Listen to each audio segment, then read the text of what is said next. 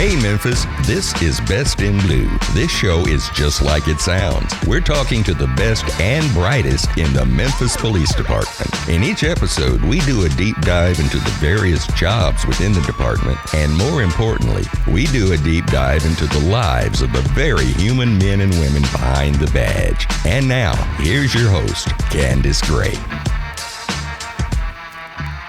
Hello and welcome back to another juicy episode of Best in Blue, presented by Memphis Police Department and empowered by Kadzukian.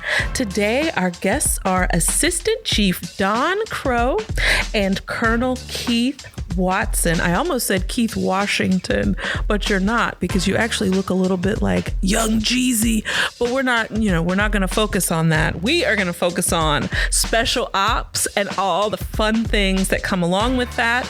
I hear that includes the TACT unit, the canine unit, all the cool stuff that we see on TV, right? We will find out about all of this and more when we return with Assistant Chief Don Crow and Colonel Keith Watson. We'll be right back.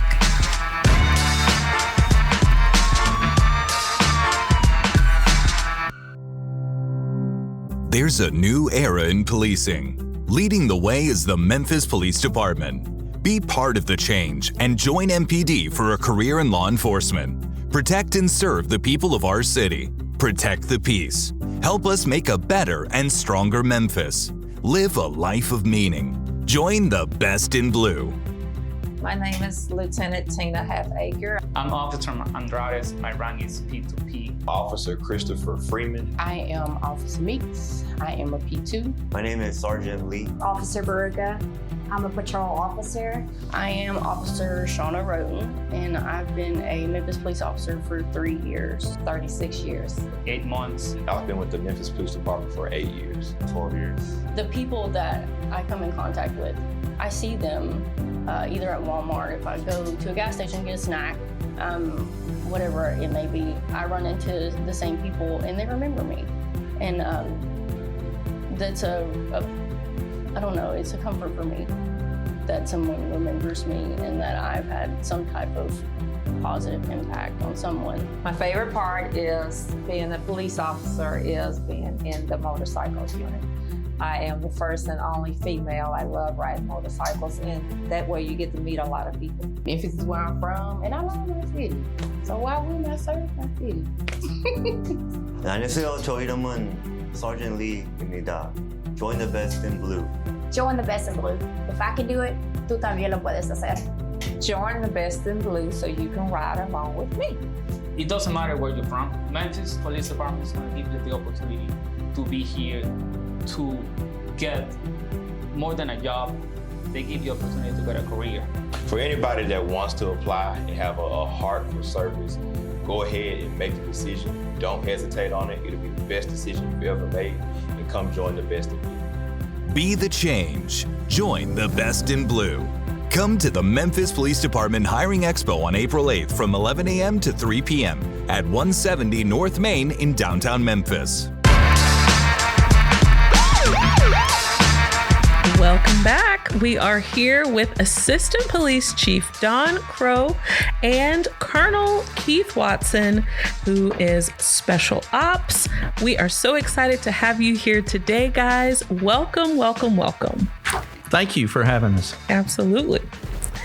So tell us exactly, Assistant Chief Crow, I know you have been in the department for years, looks like about 35 years. Correct. Tell me a little bit about how you got here. What was your path?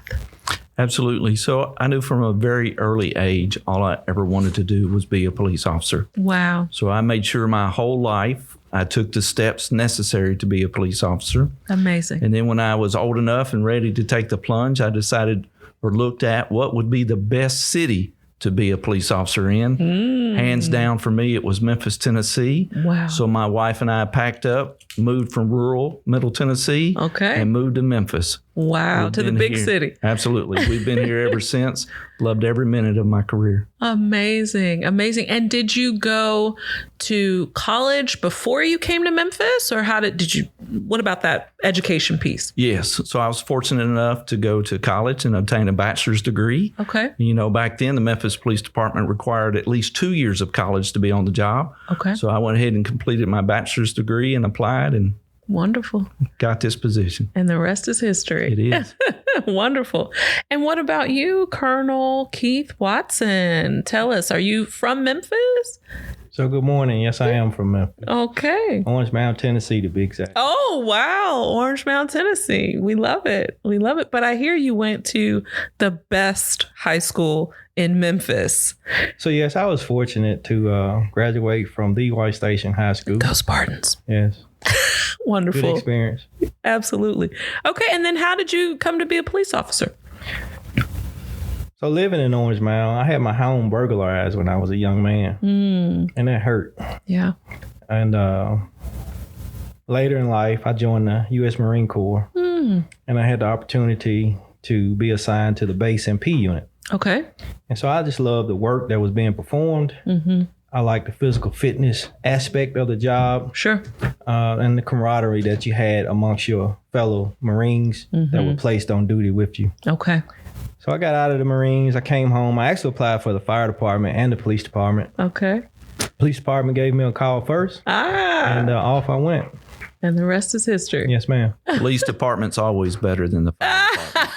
So we're glad to have Keith with us. Well, good. Well, I won't weigh in on which is better or worse, but all of you are very important to Memphis. So thank you for the important work that you do. Let's talk a little bit about special ops. What does that entail? What exactly is that? So we need to clarify special ops is kind of an abbreviation for special operations. Okay. As humans, we always try to abbreviate things. Yes, so we do. Why do we do that? I don't know why we do that. Makes us talk faster. Yeah. But special operations is a very unique part of the Memphis Police Department. Okay. And the officers assigned there have special tools, special training, special equipment, everything to go with it. I'll let Keith explain more. Okay. Yes, ma'am. So the police department provides special police services through special operations. Okay.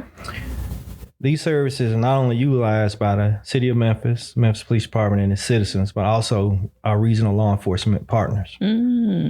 Special operations is tasked with assisting all department components. Okay. Of the police force with specialized tactics, tactical equipment, and planning services. Okay, so in layman's terms, give me an example of what that looks like. Well, it kind of looks like my area and the department is comprised of 6 major sections to maintain that high level of readiness. And that's air support, that's the canine unit, that's the tactical unit, the air support unit, and the bomb unit. Oh, wow. Okay. So, and so a couple more that fall underneath there, sure. Mounted patrol, harbor patrol. Yep. So there are some really unique skills and equipment in that area. Wow. And if someone, and I think you guys mentioned there's special training that goes along with some of those areas. So what would that look like? I think, is K9 under you guys as well, under special operations? Yes, ma'am. So what does that look like? Give me an example of what a specialized training. So the training and equipment, it all comes together. And these officers train to reduce the risk on those high risk situations that are outside of the normal police duty of the police department. We use police dogs. These dogs are either German Shepherds or Belgian Malinois. And we purchase these dogs from out of the city. We bring them to the city and train them up. We acclimate them to the city and all the sights and sounds. Okay. The handlers, they are used for building searches as well as detecting drugs and explosives. And the highly trained dogs are very sensitive. They go home with these officers. They ride with these officers every day. Have you guys seen that movie where... what's the name of the movie? But it was a situation like this where the guy had a dog. The dog was really malbehaved and they were trying to get rid of him, but he and this guy had formed this bond. And anyway, I'll try and think of it and tell you about it. But. So it's similar to exactly how you described it. Okay, yeah. So police dogs to the police department are not new. The city of Memphis Police Department has had a police canine unit since 1962. In 1962, the city had 4 canine teams, and these canine teams were trained outside of the city, brought back to the city to do their work as a direct result of some assaults that were occurring against the police officers during that particular time in 1962. Wow. Right. There was a specific case that really was the impetus to starting the canine unit. Officer Frank Bruno was killed in the line of duty. Wow. He entered a business that an alarm had gone off, and a burglar inside there shot and killed Officer Bruno. And so the canine unit was created as a way to search these buildings without endangering the officer. Wonderful. Yeah, and I know these dogs are amazing. My brother actually trained a Beauceron to do the same type of work, and then he lets him, work with some other specialized units. So that's amazing. Well, tell me a little bit about, we see some of these things on TV, right? Is it really like it is on TV? Absolutely. Yes. Yeah. So I know we've seen like canine dogs in airports and things like that. What else do you think? I mean, I know that the canine unit themselves, the officers train with the dogs as well, right? So there's actually a selection course for all these specialized units. Oh, wow. When you talk about the canine unit, the officers bid on that based upon seniority. But they have to pass a very rigorous selection course that has some exercise to it, some climbing through windows, climbing over obstacles. And, wow. And they have to be able to pass that course to be able to get a dog assigned to them. So that goes back to what you said, Colonel Watson, about also being very physically fit. Can you talk a little bit about that part of it? So we all know to be a Memphis police officer, there are some physical requirements. Outside of those physical requirements, there's another level. And that's in the specialized units.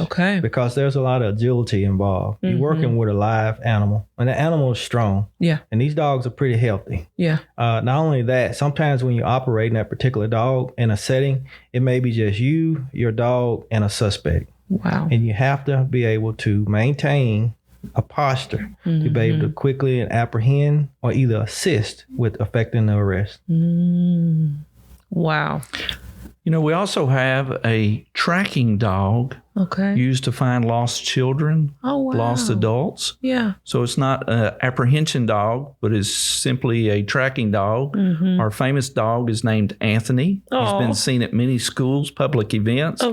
And just last year, Anthony and his handler were given an award by the state of Tennessee General Assembly. Keith, could you tell us about that? So the tracking dog, Anthony, is a bloodhound. Oh, wow. The bloodhound's been a part of the K9 unit for almost 10 years, possibly. Anthony is utilized by several officers in the unit. Officer Van Arsdale received a call of a missing family. And in another jurisdiction, wasn't it? It was not a Memphis call. That's correct. It was an outside agency that needed our assistance. That's correct. Wow. So Anthony and his handler went out to that jurisdiction and was able to track, locate a missing mother and her children. And he received an award for it. Amazing. But there's a good story to Anthony. Anthony's about 13 years old. He's in the process of being replaced. He's retiring. Yes, he's retiring. He's retiring with a golden parachute. And his replacement is in Memphis right now. Enjoying the sights and sounds and getting used to his new home. Wonderful. Well, I love that. Well, we are going to get into some more of the nitty gritty of special operations, but we're going to take a quick break. And before we do, I want to ask you a question that you will answer when we get back. The question is, what was your scariest moment when you were a boots on the ground officer, and how did you handle it? Did it make you want to quit, or did you just fight through it? So be thinking about that, and we will take a quick break. Once again, you are listening to Best in Blue, and we will be right back. There's a new era in policing. Leading the way is the Memphis Police Department. Be part of the change and join MPD for a career in law enforcement. Protect and serve the people of our city. Protect the peace. Help us make a better and stronger Memphis. Live a life of meaning. Be the change. Join the Best in Blue. Come to the Memphis Police Department Hiring Expo on April 8th from 11 a.m. to 3 p.m. at 170 North Main in downtown Memphis. Welcome back. You're listening to Best in Blue, presented by the Memphis Police Department. So, Assistant Chief Crow and Colonel Watson, you guys have had a couple of minutes to think about it. What would you say is the scariest moment for you when you were a boots on the ground officer? Don't everybody speak at once. So I'll go first. Okay. But I always have to kind of quantify it like this. Okay. Every officer has faced extremely scary, life-threatening situations. Mm-hmm. It's just the nature of being a Memphis police officer. Absolutely. And so we know that courage is not the absence of fear. Mm-hmm. Courage is being able to be in those fearful situations and still perform and still do your duty. Absolutely. And so let's start by just thanking every Memphis police officer for every day facing this. So in the last year, we've had 7 Memphis police officers shot, not shot at. But we're well over shot. 30 officers shot at. Oof. But we've had 7 wounded by gunfire. And of course, we know that Officer Joffrey Red was killed in the line of duty in February 2023. Yes. So for me, I hate to try and pick one. Again, my experience is going to be similar to every patrol officer. We've all been shot at. We've all faced people with guns. We've all fought for our lives. But here's what I realize. The scariest part is when you're a young officer and you hadn't been through those situations. So I go back a year ago, driving down Madison Avenue, I witnessed someone shoot another person. Wow. Just driving down the street, stopped my vehicle. He's armed with a gun. I'm armed with a gun. But there was no fear there because I've been through those. You've been through it, right. So then you think back, and one of the most scariest ones, I don't know if I can adequately describe it, but it's when you've been on the job a year. I got a phone call to a convenience store on Broad Avenue. Okay. About 2:00 in the morning. The clerk said his dad was en route to kill him. What? So I go there and I'm talking to the clerk and I said, "Your dad's really en route to kill you." He said, "Yes, he is." Oh my God. So we lock the door. We're talking, and all of a sudden, a car pulls into the parking lot at the fastest speed you can imagine. Locked up the brakes, skidded to a stop, got out with an axe in his hand. Oh gosh. The door was locked. He used that axe to break the door, and he came inside the store with the axe raised over his head. My. By the grace of God, that's scary. We were able to convince him to put the axe down and take him into custody. Wow. So that situation wouldn't be as scary now, but being a new officer, not have seen or faced those kind of situations is what adds to that factor. Yeah. Wow. That's a little scary. That's a little scary, but you fought through it and came out on top. All police officers do. Yeah, that's wonderful. Tell me, Brother Watson. So Assistant Chief Crow is right. It's those younger years on the department. And just like he alluded to, the conversations that we're having here today is to help those others. And it's to help those listeners that may be listening that's thinking about joining the police force. Okay. One part of my career I want to highlight that raised my awareness is operating that vehicle. Driving a police car as a young man with blue lights, a siren, the power to go through a red light. Absolutely. Do anything. Whether it's green or red. Yeah. And wanting to help people. Yeah. So one particular part of my career, I was a young officer, wanting to help everyone, make every scene, be the first to arrest someone that was doing wrong in the community. But you have to get there. Yeah. And sometimes we try too hard. Yeah. Too fast. And too fast. And as a young person, you don't understand the force that's involved when a vehicle's that's in motion. Yeah. And turning curves, corners, and also navigating other people on the roadway. Can't imagine. So I would say, as a young person that's listening, and to those young officers that's listening, when you activate those blue lights and you decide to operate in emergency mode, be careful. Yeah.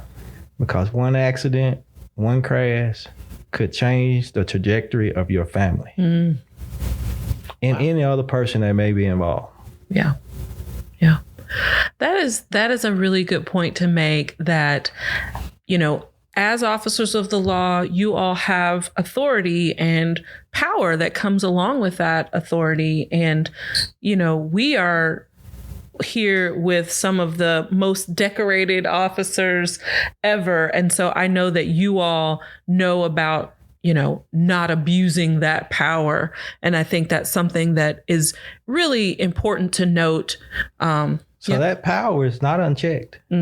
There are state rules and regulations and laws that we have to abide by, even as police officers. Yeah. Yeah. That's very good. Well, tell us a little bit. So I know that there are so many things that happen in special operations. We talked a little bit about it in the first segment. If someone were wanting to join the special operations, the different departments under there, what's some of the training they should do, or education programs they should look into? So first they have to figure out which part of special operations they want to be a part of. Okay. So certainly if you want to operate in our harbor patrol unit, operate a boat on the Mississippi River, those guys do a tremendous job responding day or night to emergencies on the river. They've rescued jumpers that have fallen in the water. They've rescued stranded boats that have been in the water. But you have to start getting your captain's license and your required safety. Okay. Some officers may want to be on harbor patrol, but do you want it bad enough to go on your off-duty time and take some of these courses and get these certifications before you get to the unit? Now, I assume the same would be the case for air aviation. Patrol? Keith? So the individuals that would like to pursue a career in aviation should have their private pilot's license. Okay. They should have those before even applying for the position. Wow. Of course, we have our own instructors at the aviation unit to help bring them along to the rotary craft. Okay. But there's a basic knowledge of instrumentation and basic flight that needs to be obtained. Wow. And mounted patrol, is that horses? Okay. I wanted to be sure. Okay. It's a lot of horses, a lot of big horses. Yeah, I've seen some of them. What about, I've seen some of the officers on Segways. Is that part of, or is that different? The brigade? It's different. Okay. It's different, but officer safety in all areas of the police department are important. So any piece of equipment that you see our officers utilizing, there's some sort or some level of training involved. Yes. Okay. That makes perfect sense. So when you go back to mounted patrol, when we have openings in mounted patrol, it's still a seniority bid system. And we almost train double the number of openings we have because we know during the training process, you may lose a couple. This just isn't for me. I didn't realize. And so, Keith, when you start the training, it's always you train more than you have for openings because not everyone can complete the training. So we bring them to the barn and other places throughout the county for 9 weeks. Wow. We give them a week of orientation. That second week, it's about coming to work, taking that animal and using it for police services purposes, which involves a lot. Sometimes it's getting hot. Sometimes it's cold and it's long. Wow. So physical fitness, your diet are all important in any of these units in which we talk about. So would you say that special operations is the most intense, physical police job? So the state of readiness is a 365-day-a-year job. Wow. Yeah. So when you're on the uniform patrol level, you have a set schedule. Okay. And when you're off, unless an AC Crow or the police chief call us back to work, you're off, right. But in specialized operations, that's not the case? That's not the case. Okay.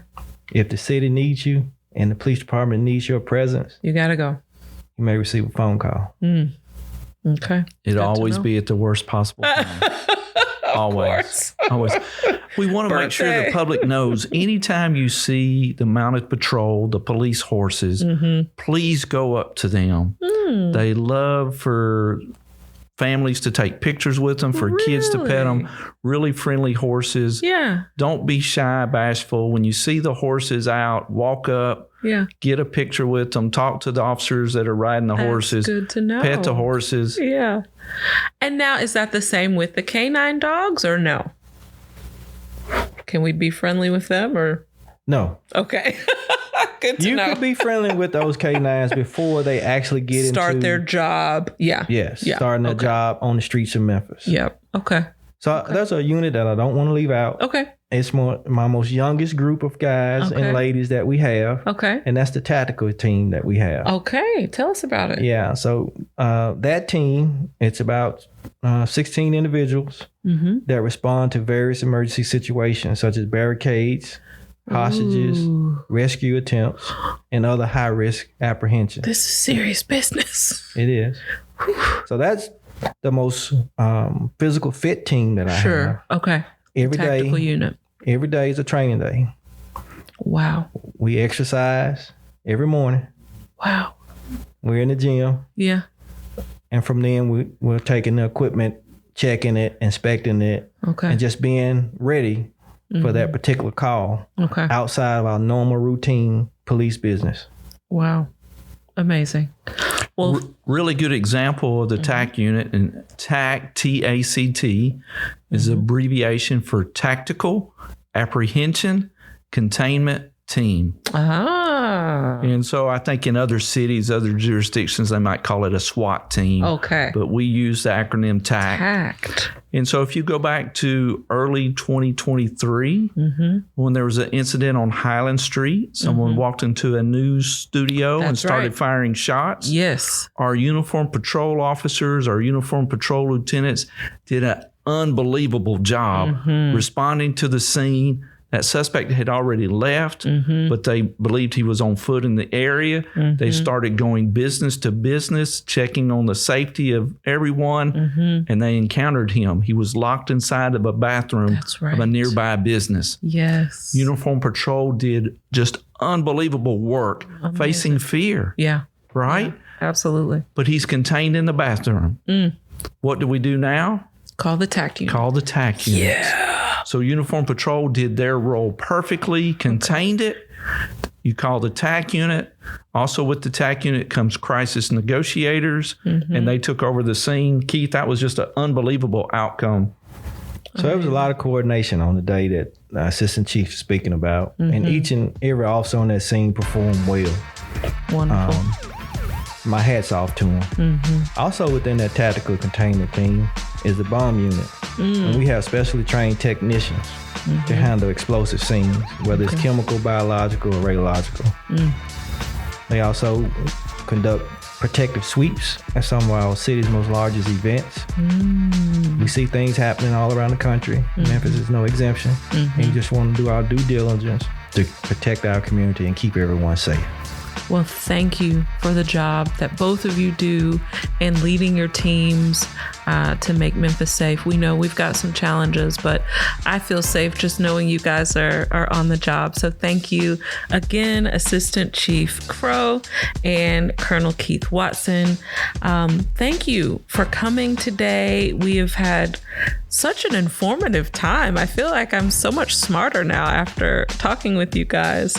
But we appreciate you for coming.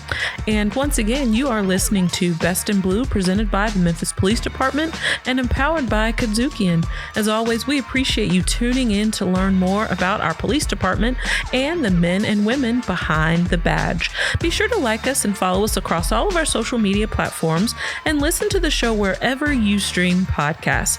Find us at Best in Blue MPD on Instagram and Best in Blue on Facebook. Thank you again, and we'll see you next time.